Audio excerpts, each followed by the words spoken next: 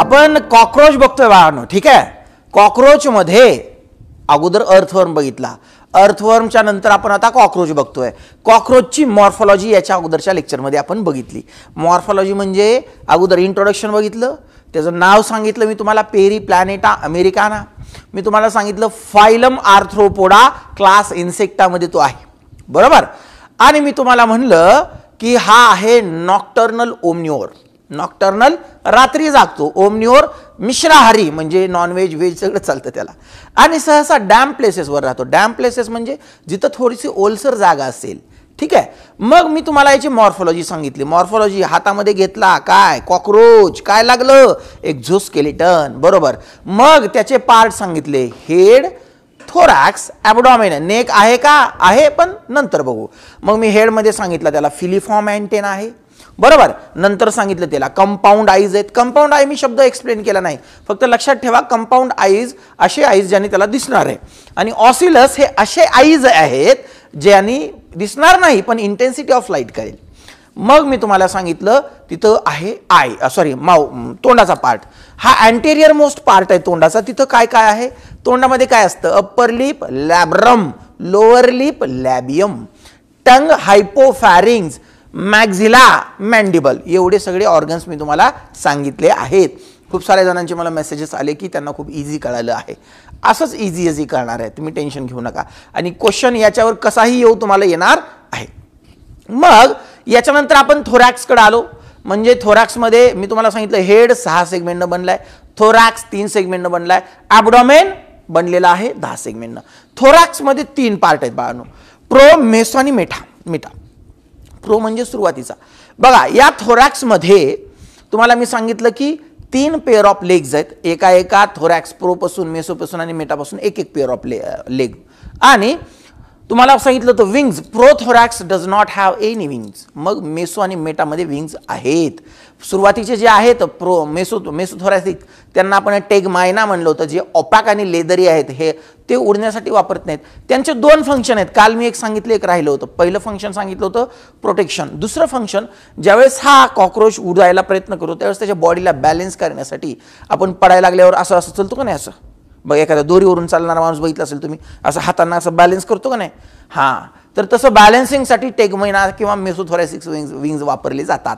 आणि metathoracic wings they are membranous and transparent, they are meant for flying.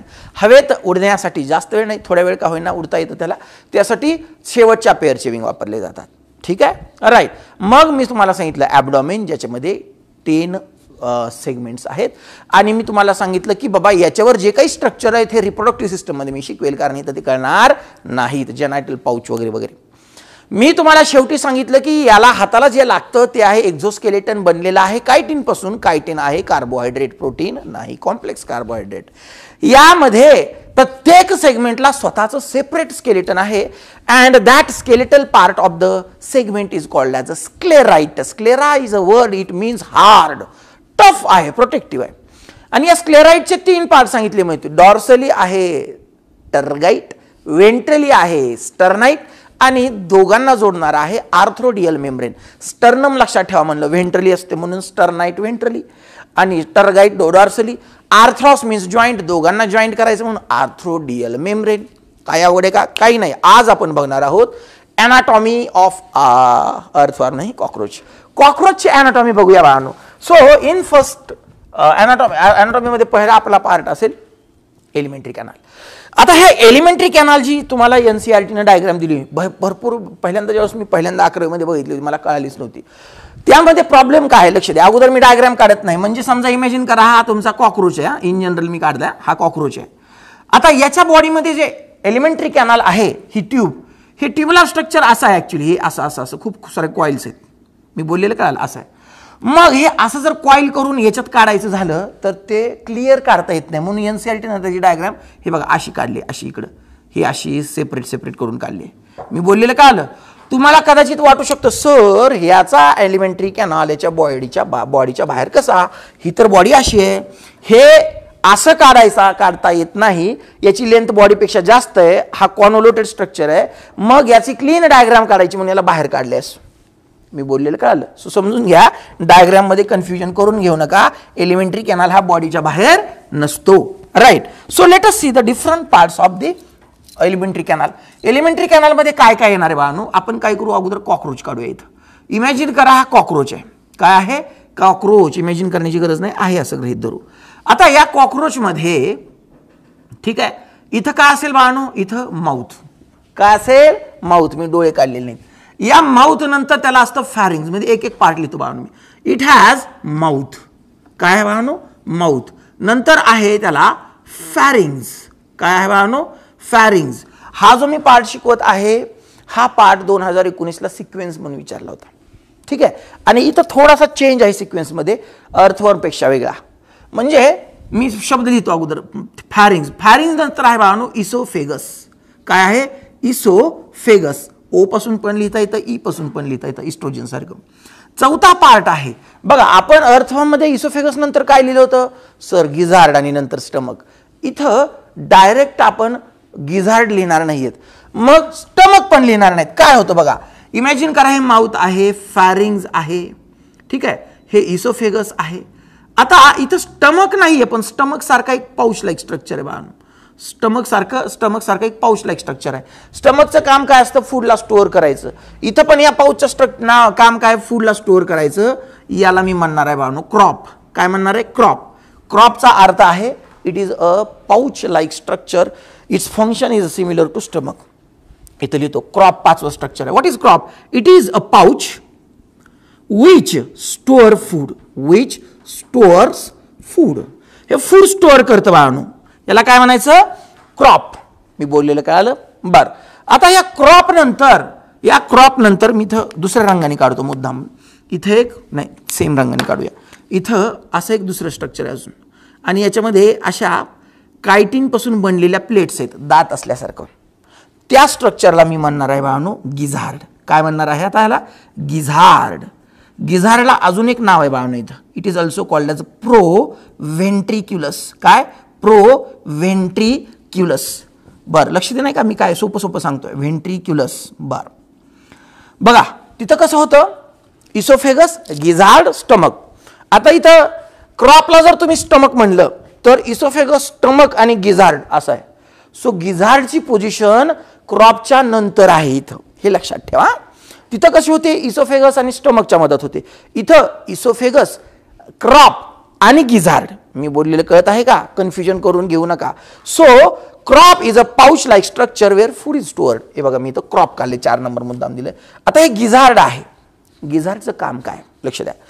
गिझार्ड is that structure where grinding of the food will take place. इथं काय करणार आहे बाळांनो आपण? Grinding of the food is taking place. Grind करायचं. ठीक आहे ना? Grinding of food. तुम्ही म्हणाल सर ग्राइंड करायला तिथं काय जातं बसवलंय का? काय काय बसवलंय? दात. जातं नाही बसवले, पण तिथं दात बसवले. दात आपल्याला माहिती आहे ना, दात असतात ना आपल्याला, बरोबर आहे. कुणाची दुसरीकडे असतात, कुणाची कुठे असतात. बर, gizzard is a that structure where grinding of the food will take place. म्हणजे कसं? जर गिझार्डला कट केलं बाळांनो तुम्ही, हे बघा इथं कट केलं तर हा गिझार्ड असा दिसतो, सर्क्युलर दिसतो. ठीक आहे. या गिझार्डची ही वॉल असते बाळांनो. ही गिझार्डची जी वॉल आहे, this is wall of gizzard. It is made up of circular muscles. Circular muscle पासून बनलेली असते बाळांनो. आणि या वॉलच्या आतमध्ये कायटिन पासून बनलेले असे छोटे छोटे टीथ असतात. टीथ और प्लेट म्हणायचं त्याला. Chitinous plates are there. So what is gizzard? Gizzard is that structure which is present after crop.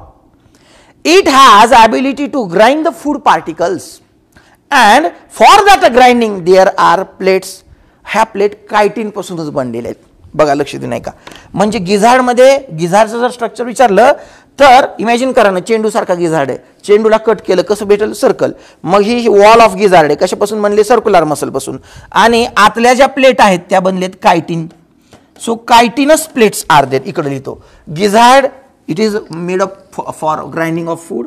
It has outer covering of circular muscles. Circular मसल्सची आउटर कव्हरिंग आहे. And internally or inner covering it is of chitinous plates. Chitinous plates for grinding. म्हणजे grind करण्यासाठी, ते food बारीक करण्यासाठी chitin पासून बनलेल्या plates आहेत. मी बोललेलं कळालं, राईट.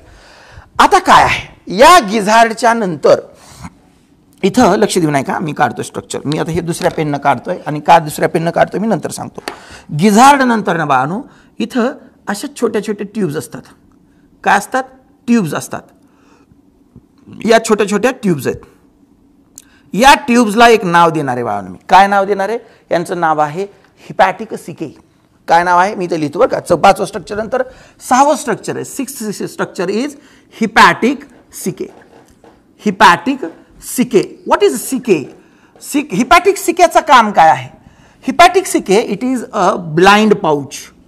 Blind pouch. बघा हा शब्द 2 ठिकाणी वापरणार आहे मी, ब्लाइंड पाउच. सर कळालं नाही, मी सांगतो काय.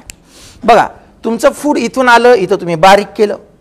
आता याला पुढे ॲब्सॉर्ब करायचं आहे. ॲब्सॉर्ब करण्याच्या अगोदर डायजेस्टिव्ह एन्झाईम्स ओतावं लागतील की नाही? बघा स्टमक आपण बारीक वरच करतो, स्टमकमध्ये त्याला डायजेस्टिव्ह एन्झाईम ओततो, बरोबर आहे. आता तुम्ही गिझार्डमध्ये त्याला ग्राइंड केलं. You want to pour the digestive enzymes. This hepatic caeca they are blind pouch. Blind पाउचचा अर्थ काय? पाउच म्हणजे पिशवी. हे बघा ही पिशवी आहे आणि एका एंड कडून ब्लाइंड आहे, दुसरा एंड कशाला जोडलेलं आहे? एलिमेंटरी कॅनलला.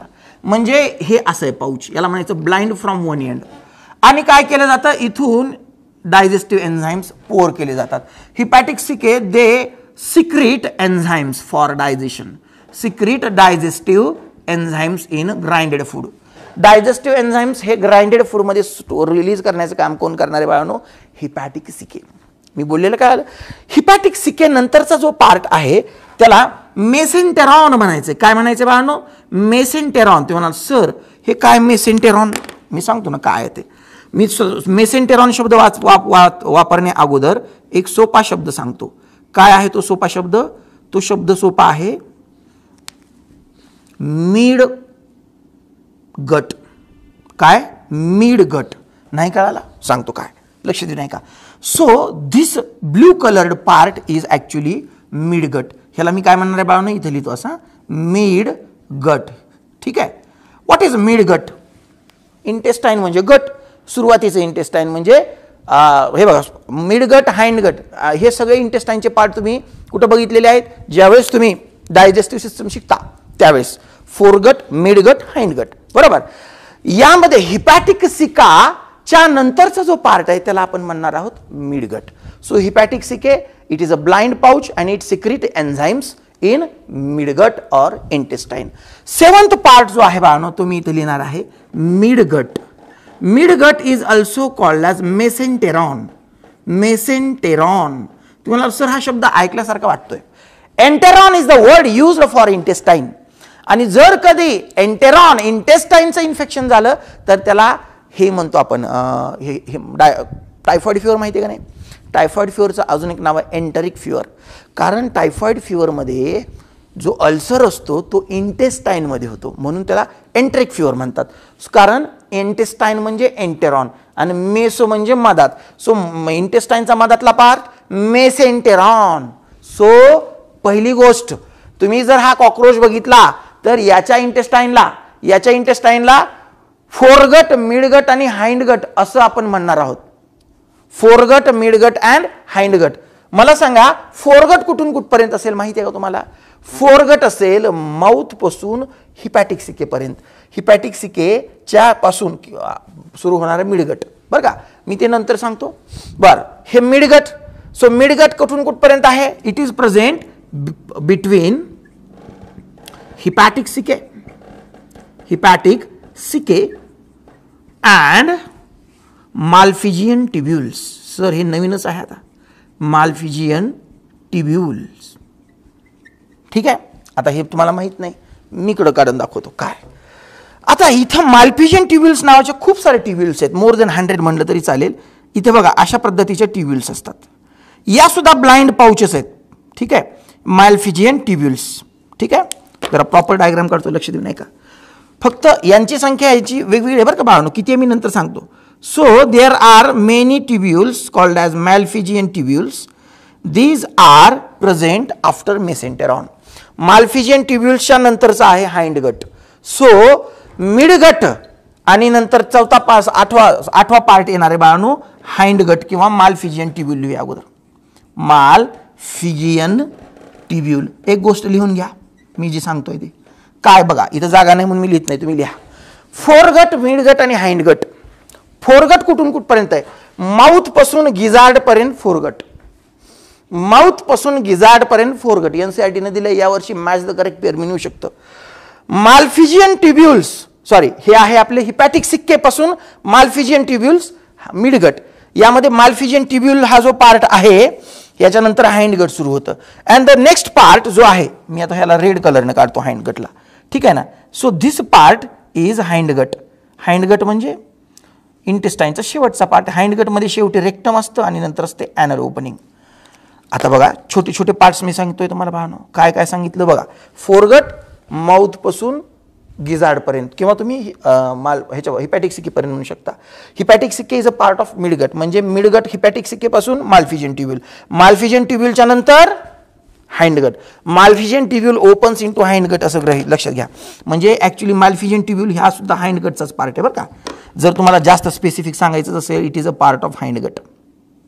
ठीक आहे, okay. So this is Malpighian tubules. These are the parts. आणि शेवटचा पार्ट जो आहे हा इथं रेक्टम, म्हणजे इथं फिसेसला स्टोअर केलं जातं. सो एलिमेंटरी कॅनाल कुठले कुठले पार्ट्स आहेत? सगळ्यात अगोदर आहे माउथ, नंतर आहे फॅरिंग्स, नंतर आहे इसोफेगस, नंतर आहे क्रॉप, नंतर आहे गिजार्ड. लक्षात ठेवा, गिजार्ड नंतर आहे तुमचे हिपॅटिक सिके. ठीक आहे, हिपॅटिक सिके नंतर आहे सुरू मिडगट किंवा मेसेंटेरॉन, नंतर आहे माल्फिजियन ट्युब्यूल, नंतर आहे हाइंडगट. हाइंडगट म्हणजे शेवटचा part which ends with rectum and anal opening. मी बोललेलं कळालं. आता हे हिपॅटिक सिके तर मी सांगितलं तुम्हाला काय करतात, डायजेस्टिव्ह एन्झाईम रिलीज करतात. पण व्हॉट अबाउट माल्फिजियन ट्युब्यूल? माल्फिजियन ट्युब्यूल हा एक्सक्रिएटरी सिस्टमचा पार्ट आहे. काय आहे? एक्सक्रेटरी सिस्टमचा पार्ट आहे. मी तिथं सांगतो. फक्त एक लक्षात ठेवा, माल्फिजियन ट्युब्यूलच्या बाबतीत जर सांगायचं असलं तर it is also a blind pouch. हे पण एक ब्लाइंड पाउच आहे. Actually it is analogous to kidney. ॲनालॉगसचा अर्थ आहे structurally different, functionally similar. Kidney आपली काम काय करते तेच हे माल्फिजियन ट्युब्यूल काम करतात. सिक्वेन्स 2019ला विचारला आहे. यावर्षी काय विचारला जाऊ शकतं? फोरगट, मिडगट आणि हाइंडगट. एनसीईआरटीने दिलंय कुठून कुठपर्यंत आहे हा क्वेश्चन विचारला जाऊ शकतो. दुसरं काय विचारला जाऊ शकतं? सिक्वेन्स विचारला जाऊ शकतो. आणि तिसरं महत्त्वाचं गोष्ट, इंटेस्टाईन बॉडीच्या बाहेर असतो का? नाही. हा लांब आहे, याच्या आतमध्ये काढायचं बसलं तर ते स्ट्रक्चर क्लिअर काढता येणार नाहीत म्हणून याला बाहेर काढल्यास. मी बोललेलं कळायला बाळांनो. खूप छान डायग्राम काढा तुम्ही, खूप छान डायग्राम्स काढताय. लगेच आपण बघूया सर्क्युलेटरी सिस्टम याची.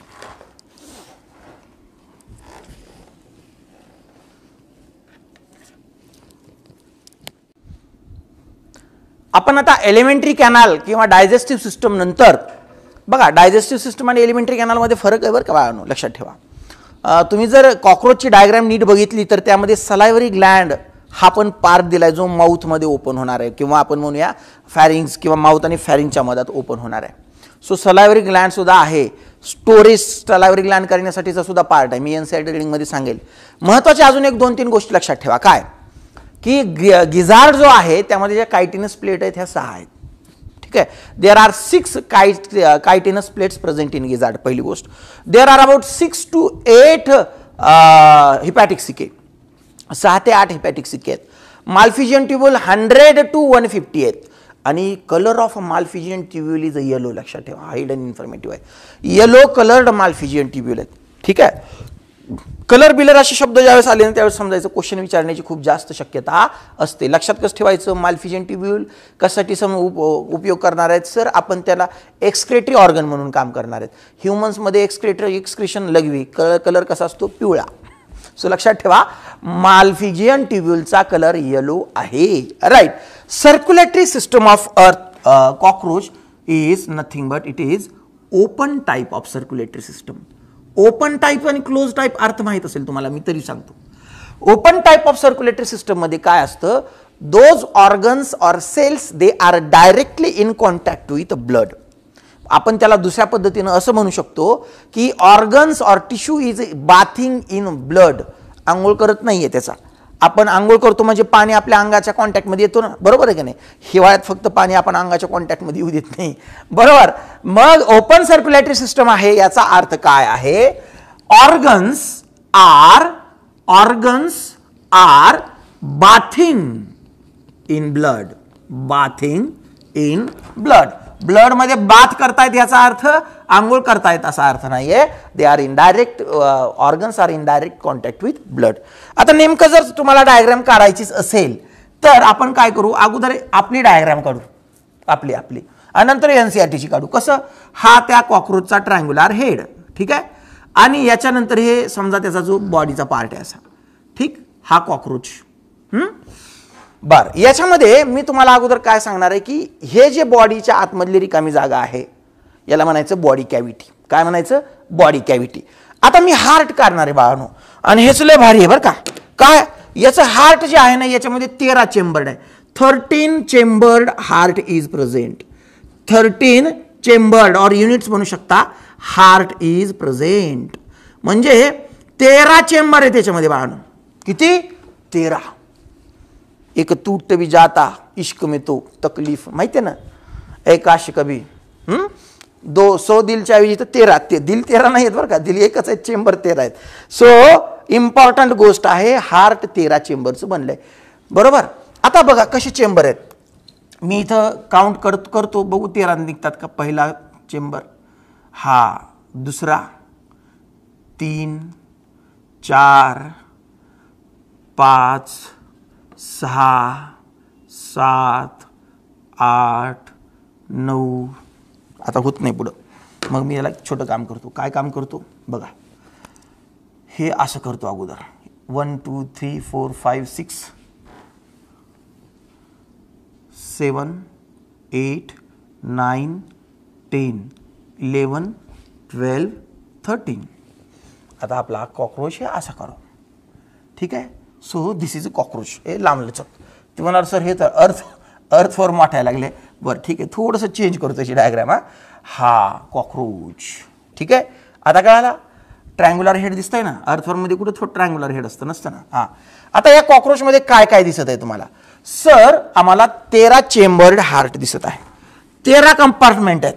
बरं, याला मी व्यवस्थित एक्सप्लेन करणार आहे, लक्ष देऊ नाही का. आणि सगळ्यात समोरचा जो कंपार्टमेंट आहे, ही जी ब्लड व्हेसल आहे, याला आपण म्हणणार आहेत ॲओर्टा. काय म्हणणार आहेत बाळांनो, ॲओर्टा. There is a ॲओर्टा at anterior most part. Anterior most part म्हणजे जी ब्लड व्हेसल आहे एकमेव, तिला म्हणायचं ॲओर्टा. काय म्हणायचं, ॲओर्टा. आता होतं काय, नीट डायग्राम मी काढतो, तुम्हाला काय करतो मी 2 ते 3 चेंबर काढून दाखवतो. हा पहिला चेंबर आहे बाळांनो, हार्टचा पहिला चेंबर. हा एक कुठला तरी इमॅजिन करा, हे ॲओर्टा आहे, ठीक आहे. आता दुसरा चेंबर इथं असं मी काढतो, 2च चेंबर काढतो, ज्यानं तुम्हाला डायग्राम व्यवस्थित समजून घ्या. याच्यावर खूप कॉमनली क्वेश्चन विचारले जातात, ठीक आहे. So see these are the 2 chambers. हे 2 चेंबर आहेत बाळांनो, मी बोललेलं कळालं. आता तुम्ही म्हणाल सर इथं गॅप ठेवलाय, कसं काय, असंच आहे. मी सांगतो कसा काय गॅप आहे तो. Here is ॲओर्टा. हा काय आहे बाळांनो, ॲओर्टा आहे. काय होतं, याला म्हणायचं हिमोसिल. काय म्हणायचं बाळांनो, हिमोसिल किंवा बॉडी कॅव्हिटी. काय म्हणायचं, याला म्हणणार आहेत आपण बॉडी कॅव्हिटी. काय म्हणणार बाळांनो, बॉडी कॅव्हिटी म्हणजे रिकामी जागा बॉडीच्या आतमध्ये. आता या बॉडीच्या आतमध्ये ऑर्गन्स असतात, त्याच्या अगोदर ब्लड असंच टाकून दिलंय. म्हणजे बघा, शेतामध्ये पाणी 2 पद्धतीने देता येतं. एक ठिबक सिंचन, ठिबक सिंचनला म्हणायचं क्लोज्ड सर्क्युलेशन, आणि दुसरं आहे आपलं पाटाचं पाणी. माहिती का, गढुळाचं पाणी नाही, काय पाठाचं पाणी. म्हणजे आपण विहिरीतून पाणी काढतो आणि शेतात सोडून देतो का नाही, तसंच आहे इथं. म्हणजे कसं, जे काही ब्लड आहे हे डायरेक्ट इथून रिलीज होणार आहे बाळांनो. हे पूर्ण बॉडीमध्ये अशा पद्धतीने सर्क्युलेट होणार आहे. इकडं मी बोललेलं कळालं, पुढं पण इकडे जाईल. So this is the way of transport of blood. Means that blood is directly poured or released into body cavity. या बॉडी कॅव्हिटीला मी नाव देतो बाळांनो हिमोसिल. काय नाव देतो, हिमोसिल. सीलचा अर्थ आहे कॅव्हिटी, हिमोचा अर्थ काय, कारण ह्या वावरात कसं आपण शेतात पाणी सोडून देतो तसं त्याच्या कॅव्हिटीमध्ये पाणी सोडून दिलं जातं. काय म्हणणार आहे बाळांनो, इकडे लक्ष देऊ नका. So organs are present in body cavity, and these organs are in direct contact with, हे with आहे बरं का बाळांनो, ब्लडच्या डायरेक्ट कॉन्टॅक्टमध्ये. आता इथं ब्लडला शब्द ब्लड न वापरता आपण म्हणणार आहोत हिमोलिम्फ. काय म्हणणार आहेत बाळांनो? हिमोलिम्फ. लिम्फ म्हणजे लिक्विड. लोअर ऑर्गॅनिझम मध्ये ज्यावेळेस पण ओपन सर्क्युलेटरी सिस्टम असेल तिथं ब्लडला ब्लड न म्हणता हिमोलिम्फ म्हणायचं आहे. ही टर्मिनॉलॉजी यूज केली जाते, लक्षात ठेवा. हिमोलिम्फ is the word used for the blood in lower organisms having open circulatory system. मग हे जे हिमोलिम्फ आहे हे डायरेक्ट रिलीज केलं जातं ह्या हिमोसील मध्ये किंवा बॉडी कॅव्हिटीमध्ये आणि डायरेक्ट ऑर्गन्सच्या कॉन्टॅक्टमध्ये येतं. देन हिमोलिम्फ काय आहे? हिमोलिम्फ त्याला याच्यामध्ये आहेत, याच्यामध्ये ब्लड सेल्स आहेत बाळांनो. याच्यामध्ये काय आहेत? ब्लड सेल्स आहेत. हिमोलिम्फ मध्ये आहे कलरलेस प्लाझ्मा. लक्ष देऊ नाही का बाळांनो? कलरलेस प्लाझ्मा अँड हिमॅटोसाइट्स म्हणजे आपण म्हणूया ब्लड सेल्स आणि ब्लड सेल्स असतात. ठीक आहे, काही प्रॉब्लेम काही नाही. सो कलरलेस प्लाझ्मा आणि ब्लड सेल्स ज्यामध्ये ऑक्सिजन कॅरी करून घेतलं जाईल. आता लक्ष देऊ नाही का काय म्हणतोय मी? नेमकं ट्रान्सपोर्ट कसं होणार आहे? If you see the chamber of heart, each chamber has opening. याला आपण म्हणणार आहेत बाळांनो ऑस्टिया. काय म्हणणार आहेत? ऑस्टियम. काय म्हणायचं बाळांनो? ऑस्टियम. आणि बॉडी कॅव्हिटीला मी हिमोसिल म्हणलं, याला मेजर नाव सांगतो तुम्हाला. याला म्हणायचं आहे सायनस. काय म्हणायचं बाळांनो? Sinus. What is sinus? Sinus is nothing but a name given to body cavities. Sinus is nothing but a name given to body cavity. म्हणजे कसं होतं लक्ष देऊ नाही का? ऑक्सिजनेटेड ब्लड इकडून येणार आहे, मी बोललेलं कळालं. ऑक्सिजनेटेड ब्लड ॲओर्टामधून येईल.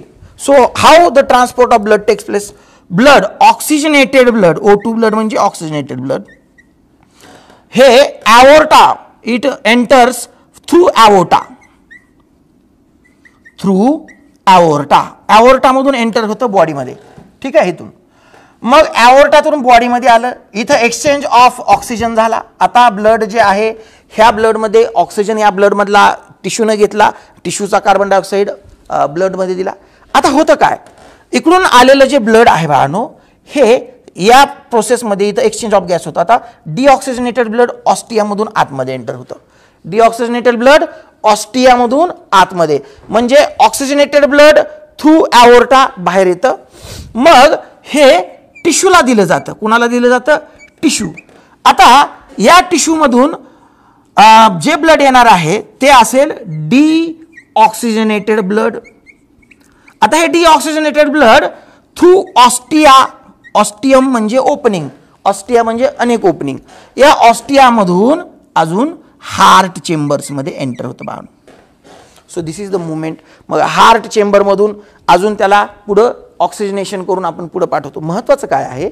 ऑक्सिजनेटेड ब्लड बाहेर आल्यानंतर ते टिश्यूला दिलं जातं. टिश्यूमधला कार्बन डायऑक्साईड मिळवला की याला डिऑक्सिजनेटेड ब्लड तयार होईल. हे डिऑक्सिजनेटेड ब्लड अजून ऑस्टियामधून हार्टमध्ये पाठवलं जातं. मी बोललेलं कळत आहे की नाही? कळत आहे, राईट. मग हेच आहे transport of blood in case of cockroach. कॉकरोचमध्ये ओपन सर्क्युलेटरी सिस्टम आहे. Blood is in a direct contact with tissue. जी बॉडीची कॅव्हिटी आहे त्याला आपण सायनसेस म्हणले. Sinuses are the cavities. म्हणजे इमॅजिन करा आपली जर बॉडी आहे, या बॉडीमधलं इथं ॲबडॉमिनल कॅव्हिटी आहे का नाही? जर त्या ॲबडॉमिनल कॅव्हिटीला सायनस म्हणायचं. थोडक्यात काय म्हणायचं? सायनस. पण आपल्या कॅव्हिटीमध्ये ब्लड आहे का? डायरेक्ट भरलेलं नाही. ब्लड व्हेसल्स आहेत, त्याच्या आतमध्ये ब्लड आहे. फरक कळाला का काय? हां, राईट. आणि मग ब्लडची मुवमेंट मी तुम्हाला सांगितली. ब्लड आहे कलरलेस आणि त्याच्यामध्ये ब्लड सेल्स आहेत जे ऑक्सिजन कॅरी करणार आहेत. इथला हिमोग्लोबिन ब्लड प्लाझ्मामध्ये डिझॉल्व्ह झालेला नाही. मी बोललेलं लक्षात आलं बाळांनो? खूप छान पद्धतीने लिहून घ्या. अजून एक छोटी गोष्ट सांगायची तुम्हाला राहिले. NCERTनं अजून एक डायग्राम दिली. काय दिली अगोदर ही लिहा, मी तुम्हाला लगेच सांगतो. पुढचं डायग्राम याचाच पार्ट आहे.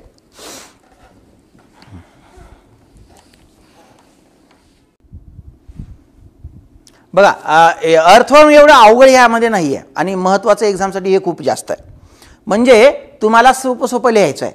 हिमोलिम्फ म्हणजे ब्लड, बरोबर आहे. Blood plasma colourless. Blood cells, blood सेल्सला हिमोसाइट म्हणा.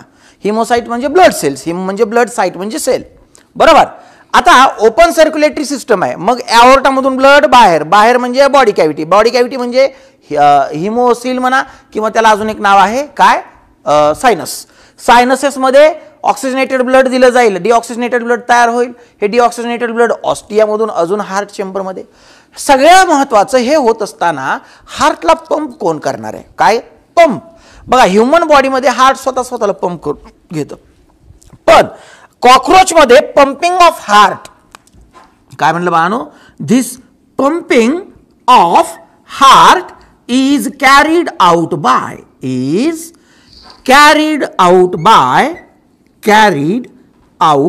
by a special muscles called as Alere muscles. काय? Alere muscles. या ॲलरी मसल्सच्या कॉन्ट्रॅक्शन आणि रिलॅक्सेशननं त्या ऑस्टिया ओपन किंवा क्लोज होतात आणि त्याच्यानुसार ट्रान्सपोर्ट ऑफ ब्लड होतं. सो लक्षात ठेवा, alary muscles, there are 12 pairs of alary muscles. Out of syllabus आहे, पण हा NCERTच्या चित्रामध्ये दिलेला म्हणजे डायग्राममध्ये दिलेला पार्ट आहे. मसल्सची संख्या माहीत नाही, NCERTने दिलेली नाही आहे, मग एक्झामला विचारली जाऊ शकते का? हो, विचारली जाऊ शकते. सो लक्षात ठेवा, ॲलरी मसल्स 12 पेअर आहेत, हार्ट एकच आहे, चेंबर 13 आहेत. मी बोललेलं काय आलं? राईट. आता इंटरेस्टिंग पार्ट सांगतो तुम्हाला बाळांनो. काय? इमॅजिन करा, हा आपला कॉक्रोच ची बॉडी कॅव्हिटी आहे, ठीक आहे ना? कॉक्रोचची बॉडी कॅव्हिटी आपण वरून बघतोय, ठीक आहे? हे पूर्ण ब्लड आहे इथं, ठीक आहे? मी आता ब्लड व्हेसल काढत नाही तर म्हणजे आपले 13 चेंबर्ड हार्ट काढत नाही, मी बोललेलं काय आलं. आता इथं रिस्पायरेशन कसं होत असेल बघूया आपण. काय रिस्पायरेशन कसं होत असेल? आता रिस्पायरेशन होण्यासाठी इथं स्पेशल ऑर्गन आहे का? आहे. रिस्पायरेशन होण्यासाठी अर्थवर्ममध्ये अर्थवर्ममध्ये स्पेशल ऑर्गन नव्हता, मॉइस्ट सरफेस म्हणून एक्सचेंज ऑफ गॅस होत होतं. इथं तसं नाहीये. हे बघा, इमॅजिन करा इथं ब्लड आहे, तर रिस्पायरेशनसाठी special organ called as trachea is there. Trachea असतात, ट्रकिया किंवा ट्रकियल नेटवर्क म्हणा, network of tubes. Network of tube. What is trachea network? It is a network of tube. कळालं नाही? मग मीच यासाठी सांगायला. म्हणजे ज्यावेळेस तुम्ही बघता हा कॉक्रोचला असे 10 पेअर्स ऑफ ओपनिंग लॅटरल साईडला असतात. किती? There are 10 pairs of openings there are, हे काढलेले असतात. या ट्यूबला जे नाव आहे बाळांनो, याला म्हणायचं ट्रकिया. काय म्हणायचं? ट्रकिया. आता हा ट्रकिया असतो कसा? ह्या ट्रकिया आहे, ही ट्रकियाची ओपनिंग आहे बाळांनो, ट्रकियाची ओपनिंग आहे. नीट काढतो चित्र, ठीक आहे ना? Suppose this is opening of trachea. हा ट्रकिया आहे आणि ट्रकियाला पुन्हा ब्रांचेस असतात. अशा काय असतात? ब्रांचेस. या ब्रांचेसला म्हणायचं बाळांनो ट्रकिओल. काय म्हणायचं? ट्रकिओल. LET आली की लहान आकाराचं, ट्रकियाच्या पेक्षा लहान ट्रकिओल. अजून एकदा सांगतो, I am talking about respiratory system और ब्रीदिंग कशी होते.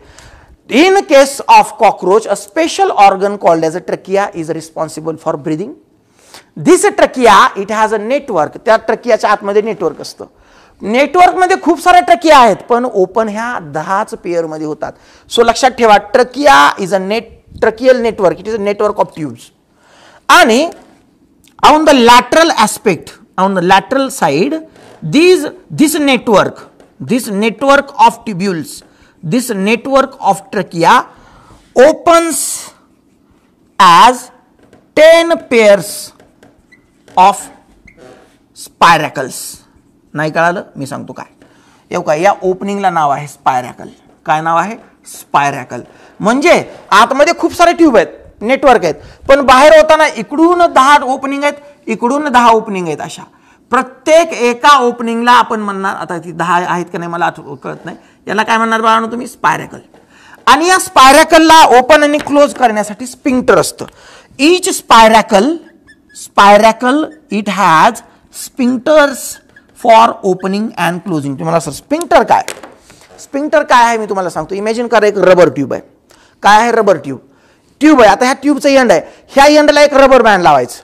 म्हणजे रबर बँड जर दाबलं गेलं तर ट्यूब बंद, रबर बँड रिलीज झालं, मोकळं झालं तर ट्यूब ओपन. ते रबर बँडला स्पिंक्टर म्हणायचं. स्पिंक्टर म्हणजे रबरासारखं स्ट्रक्चर. म्हणजे इथं रबर लावून ठेवले देवानं, गरजेनुसार हे रबर उघडा, गरजेनुसार क्लोज करा. That rubber is nothing but sphincter. तर काय आलं? We have a network of tubules. Each tube is called as trachea. These tracheal tubes, they opens as 10 pairs of openings. Each opening is called as a spiracle, and spiracle is guarded by sphincters. मी बोललेलं काय आलं? Now this trachea is further divided into tracheole. मी बोललेलं लक्षात आलं? बघा, आपल्या lungs मध्ये सुद्धा ब्रॉन्काय, ब्रॉन्क्युल आहेत, अलिओलस आहे, आणि alveolus is the structure which exchange the gas. मग तुम्हाला हा क्वेश्चन पडला असेल की सर ट्रकिया आणि ट्रकिओलमध्ये नेमकं एक्सचेंज कोण करतं, तर लक्षात ठेवा tracheole is the structure which is meant for gaseous exchange.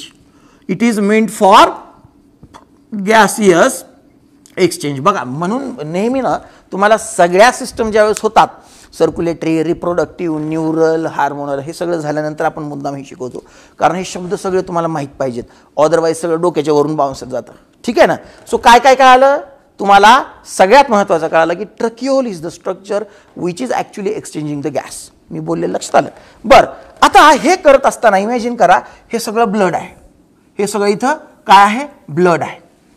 किंवा आपण लगेच इथंच थांबूया कारण खूप कन्फ्युजन होईल. काय काय बघितलं आपण, डायजेस्टिव्ह सिस्टम म्हणजेच एलिमेंटरी कॅनल बघितलं, नंतर सर्क्युलेटरी सिस्टम आणि नंतर रिस्पायरेटरी सिस्टम. काहीही अवघड नाही आहे. खूप छान नोट्स काढा, या नोट्स मला पाठवा, डायग्राम्स काढा. डायग्राम्स मी काही मनाने काढून दिलेत तुम्हाला समजण्यासाठी. ठीक आहे. काहीही डाऊट आला मला लगेच फोन करायचं बाळानो. ठीक आहे. चलो, ऑल द बेस्ट.